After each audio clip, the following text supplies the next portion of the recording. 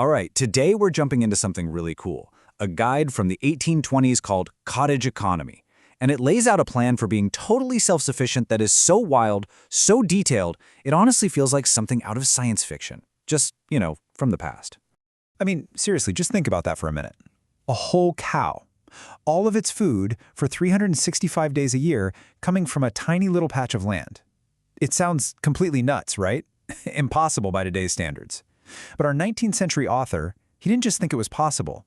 He drew up the exact blueprint for how to pull it off. So you might be wondering, why on earth would anyone go to all this trouble? Well, for the author, this wasn't some cute little hobby. This was the absolute bedrock of a healthy, independent family. Milk wasn't a luxury item you'd pick up at the store. It was, right alongside bread you'd baked yourself, the very stuff of life. Okay, so let's get into what he was actually promising here. This is the core claim, that one small cow can be kept fed and healthy all year long on a super specific, super small piece of land. It's a massive claim, and it all comes down to two things: really intense farming and wasting absolutely nothing. So how small are we talking? 40 rods. That's the measurement he uses, which works out to exactly 1/4 of an acre. That's it. This tiny plot is the cow's entire universe. It's the source for every single meal all year long. Now, this is where it gets really interesting. You have to stop thinking of this as a normal garden. It's not. It's more like a non-stop, high-output food factory that runs on a constant cycle of planting and harvesting. The ground literally never gets a day off. And get this, the whole system doesn't even start with planting seeds. It starts with incredibly hard physical work. He says you have to trench the soil, dig it really deep to get air in there, and then shape it into these tall ridges. And the weed situation? Genius. You don't pull them, you just turn the ridges over, burying the weeds, which then decompose and feed the soil. It's brilliant and totally organic. So for the first part of the year, the menu is cabbage. Two very specific kinds, actually. From about June through September, that's what the cow eats. And the system is just relentless. The second you cut one cabbage, a new seedling goes right back into that exact spot. The production line never ever stops. And this table right here, this really shows you the magic behind the whole operation. It's like a perfectly choreographed dance. See how it all works together? While you're harvesting cabbages for today's meal, you're planting turnips in the empty spots for the winter. And at the same time, you're already sowing cabbage seeds for next summer. You're always thinking 1 or 2 seasons ahead. So, summer's covered. But what about the winter? That's the real test, right? Well, the solution is turnips. A lot of turnips. He calculates you'll need 3,000 of them. And at about 5 pounds each, well, you do the math. That's 15,000 pounds of food. From just a tiny piece of that 1/4 acre, the level of productivity is just astounding.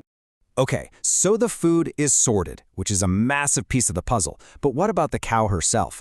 This plan isn't just about farming, it's about taking care of the animal. And believe me, our author had some very, very strong opinions on how to do that right. Ever wonder if what a cow eats really changes the taste of your milk? Well, this guy was absolutely convinced it does. There's a reason he's so specific about those cabbages. He says they make the milk and butter sweet. But if you feed a cow junk, like wild garlic, you'll get what he calls garlicky butter. Nobody wants that. It's simple, right? Garbage in, garbage out.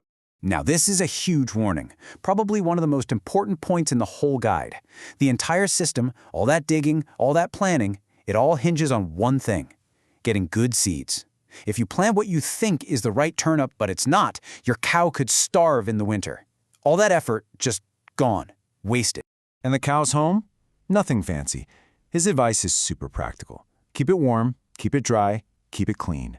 He's especially serious about protecting the cow from rain, claiming that a good soaking can cut her milk yield in half. It's all about providing a stable, low-stress place for her to live. So here's the big question. How do you keep this tiny plot of land from getting totally exhausted after a year? The answer is the cow herself. The whole thing is a perfect closed-loop system. Her manure, plus other waste from the house, all gets collected and put right back into the soil to grow her next meal. It's so efficient, you even have extra to trade for other things you need.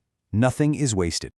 So, after all this digging, planning, and scheduling, what's the real return on investment? Is it worth it? For our author, the payoff is so much bigger than just a pitcher of milk. It's about money, sure, but it's also about morality and family. He actually sat down and did the math. He figured the whole thing takes about 200 hours of labor a year. For one person, that works out to be about 17 days of work spread out over the seasons. Yeah, it's a real commitment. So, is that time well spent? Well, the author's answer is a big, loud yes. He basically asks, what's the alternative? And he's pretty blunt. He says, this is a much better use of your time than sitting in a pub or, and this is a direct quote, creeping about after a miserable hare. For him, this isn't a chore. It's productive, virtuous work. It's good for the soul. And hey, if the moral argument doesn't convince you, the economic one is just staggering. Look at this. The value of the butter alone, each week, was equal to 2 full days of a working man's wages back then. 2 days! Add in the skim milk, and this cow is literally generating an income that's half of what the man of the house earns. This animal isn't a pet. It's a vital economic partner. But maybe the most profound benefit, the one you can't really put a price on, is what it teaches the children. When they get involved, they're not just doing chores. They're learning real-world skills, of course, but more than that, they're learning about responsibility, about gentleness, about respecting animals. The cow literally becomes a teacher in the family, helping to build character. And that really brings us to the final thought here. Our author calculated his method could produce almost 15 tons of food a year on this tiny plot. That was his challenge to the people of his day, a challenge about being self-reliant and productive. And it kind of leaves us with a question for our own time, doesn't it? In an age of sprawling green lawns and decorative gardens, what have we forgotten about the incredible potential of the land right under our feet?